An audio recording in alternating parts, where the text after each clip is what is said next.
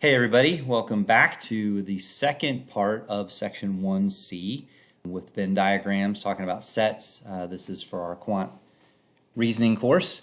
And so in this part we're going to talk about, we described Venn diagrams at the end of the first one. We talked about what they look like with regards to unions and intersections, but we're going to look at them more holistically this time. So if you have a two-set Venn diagram, which I demonstrated in the last video, you'll note that there are four separate areas. There's the area in between. This is A intersection B, right? There's the part in A that's not in B. There's the part in B that is not in A. And then there's the part that's completely outside everything. It's in the universe, but it's not in any of your sets. Okay, well, if you go to a three-set Venn diagram, then you actually have twice as many. You have 8, because now you have this center region. This region right here is in the intersection of all three, A, B, and C. But then you've got over here where I'm in A only, not B and C. Here I'm in C only, here I'm in B only. And then these kind of sections here, this is I'm in A, I'm in B, but I'm not in C, right? And so each one of these individual sections is represented by unions and intersections and complements of the sets. And so we're not going to get too deep into that. It's just an understanding of where you're located. Again, we have a region out here that represents nothing, right? You're not in any of the sets. You're in the universe, but you're not in any of the sets. And there might not be anybody out there, but you never know. So we're going to look at how Venn diagrams are given and how to read them, and then we're going to create our own as well. You need to be able to do both. Okay? So here's an example. A group of ASU students were asked if they had been to a Sun Devil basketball game or a Sun Devil football game this year. And so when you create this survey question, you ask if you've been to a basketball game, if you've been to a football game. And so they got these results. And so one of the really good uses for Venn diagrams is helping to visually describe survey results. And if you're in psychology or in the medical field or whatever, you do a lot of surveys, sometimes these will come in handy. So what do each of these represent? Well, let's start in the middle. What does the middle represent? That's the overlap, right? It's that intersection. So if this is B for basketball and this is F for football, then B intersection F, there are 12 items in there. Now, it's not the number 12. We don't write it as the number 12. We're looking at what's known as the cardinality of the sets. All right, cardinality is simply a big fancy word that says how many items are in there. And so there are 12 people in the overlap of B and F. So what does that mean? What does those 12 people represent? Those 12 people that out of the survey group, 12 students went to both a football and a basketball game.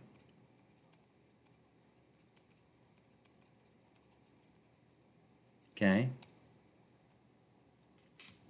So that's what that 12 represents. So then what does this 52 represent? That means 52 students went to a basketball game but not a football game, because they're not in the F set, they're only in the B set. This is the area over here that's B but not F. What's the 63 represent? 63 students went to a football game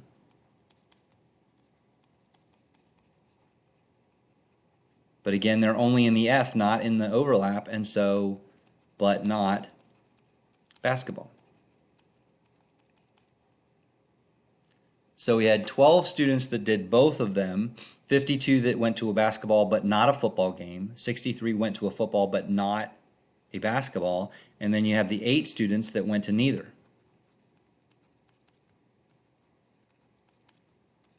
Right, now that you can't say went to nothing,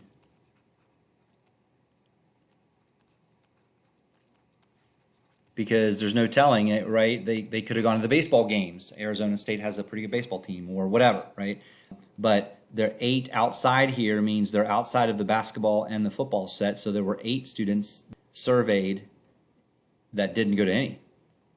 Now there's other questions we could certainly ask. Once we recognize what each of these areas represent, right? Here's a question. How many students were surveyed? How am I going to figure that out? I'm just going to add up all the areas. 8 plus 52 plus 12 plus 63.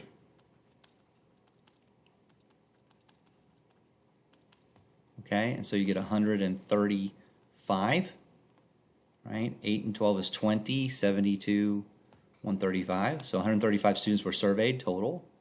How about this? How many students went to a football game?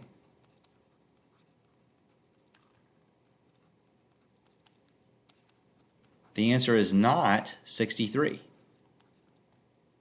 Why? Because 63 is the students that went to a football game but not a basketball game. So 63 is part of those, but then what about the 12 that went to both? If they went to both, they obviously went to a football game, and so that's 75 total students who went to a football game. Okay, so you can kind of see how we have to add each of these up. 52 and 12 would be 64. That's how many people went to a basketball game. You know, how many went to one or the other but not both. 52 and 63, add those together, that kind of stuff. Okay, so you need to be able to look at each individual region, in this case there's 4 of them, and know what each region represents. Okay, so one more example. I'm not going to describe what each region represents. I'm just going to start trying to answer the questions, but we may have to go back and figure out what's going on. Okay, so this set's drama club, this set's music club, and so there's a group of theater majors, and they were asked what club they were in, and the summarized results are here. So how many students were only in one or the other club, not both? Only one of the 2 clubs. Where's the only one? 9 is only drama. 7 is only music because they're not in the overlap, and so the answer to B is 9 plus 7, that's 16. Okay? How many students were in the drama club or the music club? What does or mean? One or the other or both. And so the 9 and the 7 we count again, but now we also have to count the 15, because if you're in both, then you're in one or the other. So you end up with 31. How many students were surveyed? Now we just add them all up. 9 plus 15 plus 7 plus 12. Okay, and so that gives you 43 total students were surveyed. All right, so those are the kind of questions you need to be able to understand and answer based off of a given Venn diagram. So why don't you try one? Let's come over here to this problem. You've got a group of coffee drinkers. Some of them use cream, some use sugar, some use both, some drink it black, right? Or use something else. Maybe they use honey to sweeten it instead, or maybe they use something else like that. So the questions now are for you here. Now, I would like you to think about what each region represents, and I'll talk you through that when I go through it together. But think about it. You don't have to write them down, but then try each of the problems B, C, and D and see if you can get there, because you may need to make notes of what each of these represents for you to be comfortable with B, C, and D. Okay, so hit pause and come back, and we'll go through it together. Okay, so how many coffee drinkers did not use either cream or sugar, didn't use either one? Well, then you're outside of the circle here. You're outside of the circles. You're in the universe. That's 10. It's just sitting there looking at you. Okay. How many coffee drinkers used cream or sugar? Remember, or is one or the other or both. And so I need to do 16, 20, 35, all of those together. 16 plus 20 plus 35. Okay, that gives me 71. And then how many coffee drinkers used only one of the 2? Only one of the 2. And so 16 people use cream. 35 people use sugar. but they didn't use both. They didn't use the other one, and so that would be 51 of the people. Okay, you could have also taken the 20 and subtracted it away from 71 if you wanted to do that. But right, so how many people use sugar only? 35. How many people use cream only? 16. And really, I can't say only, I guess. How many people used sugar but not cream? 35. How many people used cream but not sugar? 16. How many people used both cream and sugar? 20. Okay, so all of that kind of stuff is the way we need to be able to look through these. Now, that's the 2 Venn diagram scenario. Here's a 3 Venn diagram scenario. So let's talk about this. This was a survey of college students about what they ate in the cafeteria. All right, did they eat some pizza? They ate hamburger? They ate tacos? And obviously, lots of people have multiple stuff, right? And so we have all these things. So how do I figure out what does everything represent here? Usually what I do is I kind of start from the inside and work my way out, because the inside, this little shield area right here, that area is the overlap of all 3 of these. So what does that 5 represent? There were 5 people, 5 students, like all 3. I think it's 8, but it doesn't really matter.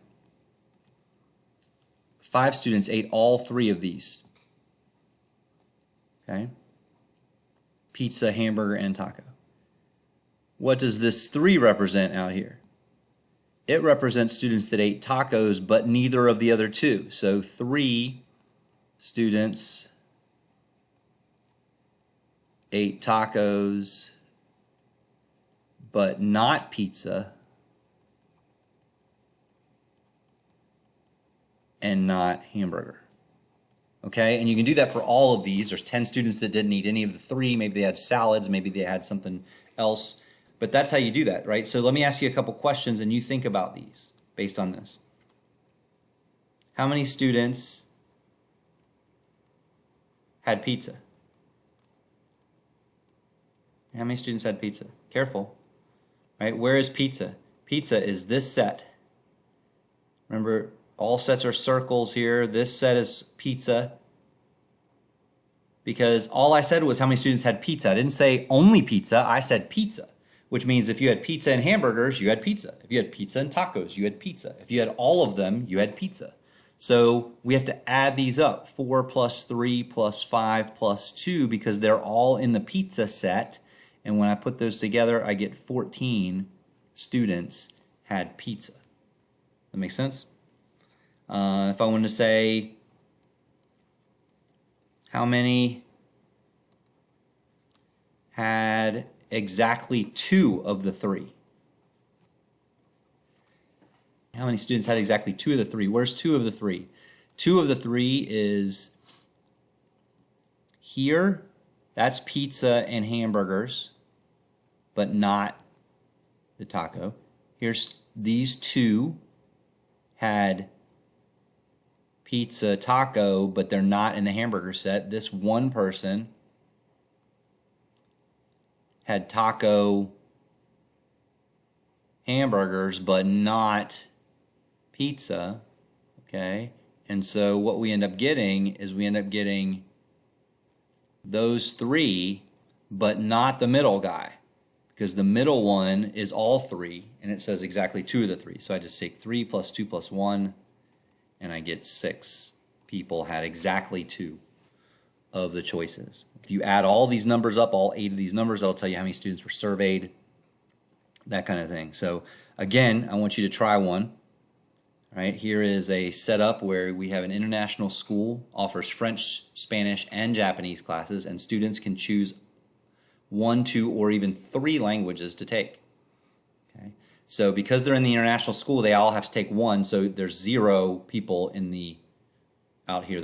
Every student has to take at least 1. All right, so take a look at this, answer these 3 questions, give it a shot, and come back and we'll talk about it.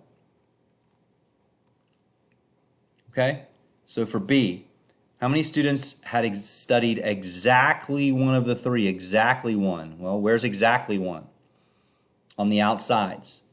This is 23 students that took French, but they're not in any of the other sets, so French is the only one they did.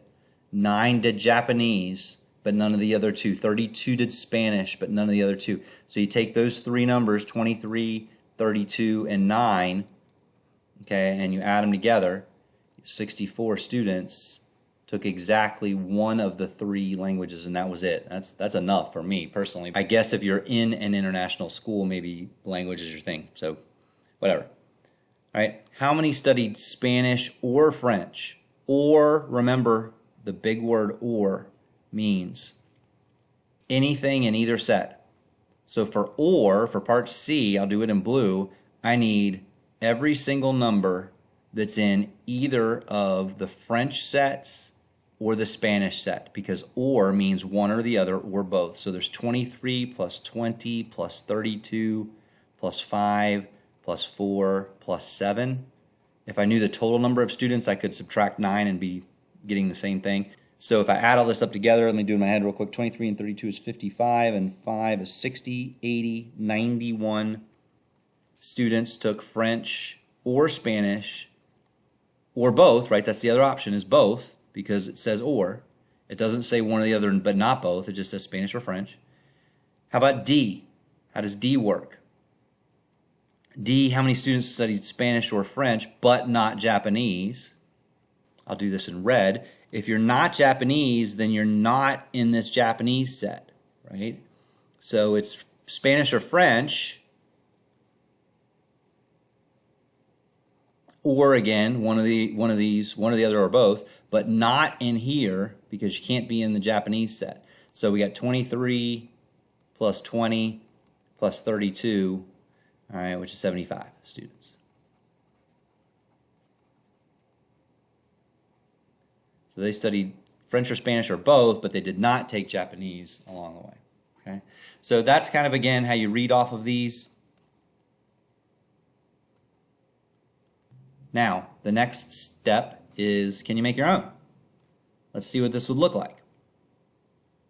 We surveyed 30 students in a 4th grade class. 22 of them have a dog at home, 15 have a cat at home, 10 have both a dog and a cat at home. We're only interested in dogs and cats, and so we're going to make a circle for dogs. We're going to make a circle for cats. Dogs, cats, and then we have to put them in a box. You got to have a universe. Don't forget your outside box. That will cost you, okay? So now, let's plug in how many we have. Where do we start? Well, again, the middle is a great place to start. So 10 have both a dog and a cat. And the middle represents the overlap, both and so there are 10 that goes there.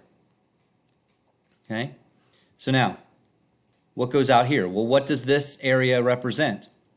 This area represents what? Dogs, but not cats. This says 22 have a dog at home, but I can't put 22 right there because this whole set has to have 22. How many have I already counted? I already counted 10, because if you have a dog and a cat, you have a dog. And so to get this area right there, I have to take the 22 total dogs and subtract the 10 dog owners that also have a cat. And I get 12. And so this area right here has 12. And again, that 12 represents people that have a dog but not a cat. Similarly, for this area right here, there are 15 people that have a cat, but 10 of them have both a cat and a dog, so that means there's only 5 left that go in there.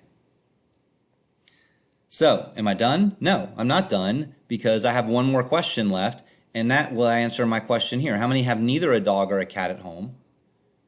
Well, if you would have added these up, right, you would have gotten way more than 30. That's because I double counted some people. I double counted 10 people, in fact, that have both a dog and a cat.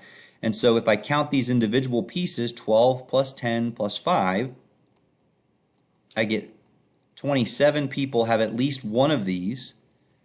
There were 30 students total, so that means what? To get this number out here, I have to take 30 minus 27 and get 3. There are 3 students that have neither a dog nor a cat at home. Maybe they have a bird, maybe they have a fish, maybe they don't have anything. The answer is 3, but you couldn't really answer that question until you get the Venn diagram done. So when I give you these types of problems to create your own, step 1 is always going to be make the Venn diagram. Do the whole thing. including the outside. Don't forget the outside, your universe that's not in one of the sets, because that can certainly play a role. Okay? So lots and lots of practice is required for this kind of thing. Make sure that you go through the My Math Lab as well as going through the worksheets, and we'll see you later. Thanks.